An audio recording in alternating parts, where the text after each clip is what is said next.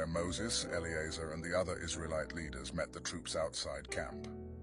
Moses became angry with the army commanders and said, "I can't believe you let the women live. They are the ones who followed Balaam's advice and invited our people to worship the god Baal Peor. That's why the Lord punished us by killing so many of our people. You must put to death every boy and all the women who have ever had sex.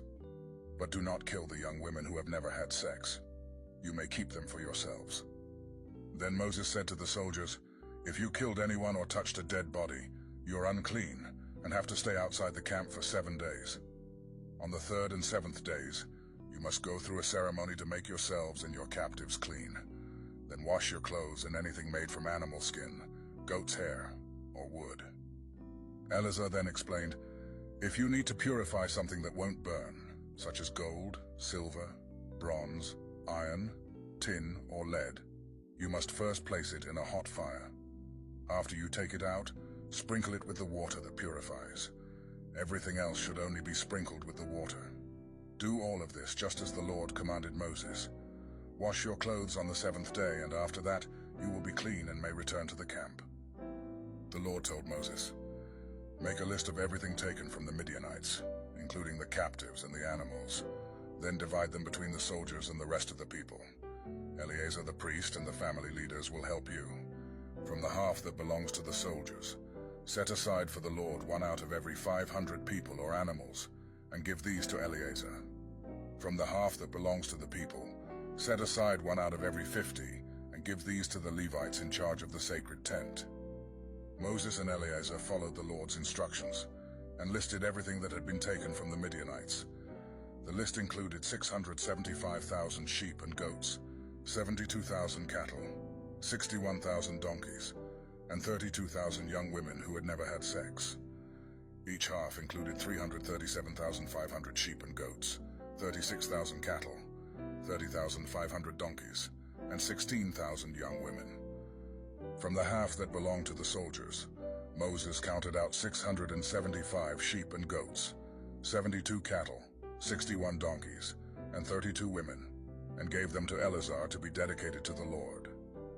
Then from the half that belonged to the people, Moses set aside 1 out of every 50 animals and women, as the Lord had said, and gave them to the Levites. The army commanders went to Moses and said, "Sir, we have counted our troops, and not one soldier is missing. So we want to give the Lord all the gold jewelry we took from the Midianites. It's our gift to him for watching over us and our troops." Moses and Eleazar accepted the jewelry from the commanders, and its total weight was over 200 kilograms. This did not include the things that the soldiers had kept for themselves. So Moses and Eleazar placed the gold in the Lord's sacred tent to remind Israel of what had happened. The Israelites were nearing the end of their journey to the Promised Land, and as they approached the borders, the tribes of Reuben and Gad saw that the lands of Jazer and Gilead were ideal for their livestock. Recognizing the fertility and abundance of the region, they approached Moses, requesting to settle there rather than crossing the Jordan River into the land that had been promised to their ancestors. They argued that this land was suitable for their families and animals, and they expressed their desire to claim it as their inheritance. Moses initially responded with frustration and concern, fearing that this request mirrored the actions of their ancestors, who had refused to enter the Promised Land years earlier due to fear and doubt. He worried that the request would discourage the rest of the Israelites from crossing the Jordan and fulfilling God's plan.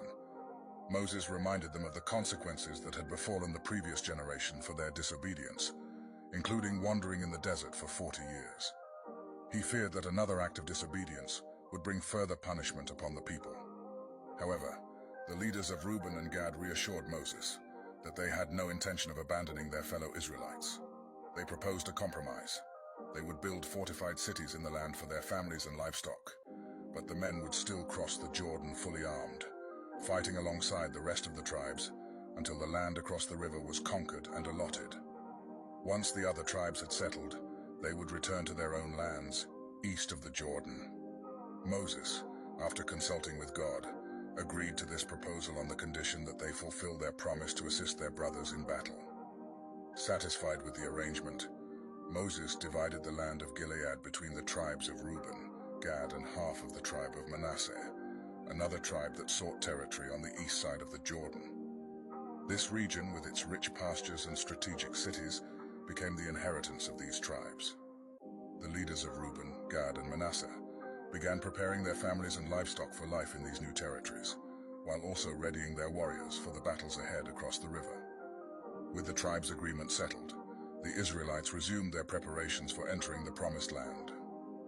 They reviewed the journey they had taken from Egypt, reflecting on the victories and trials they had faced. As they made plans for the conquest of Canaan, Moses issued final instructions regarding the division of the land, the establishment of cities of refuge, and the importance of following God's commands. These instructions underscored the significance of unity and faithfulness as they stood on the threshold of a new chapter in their history.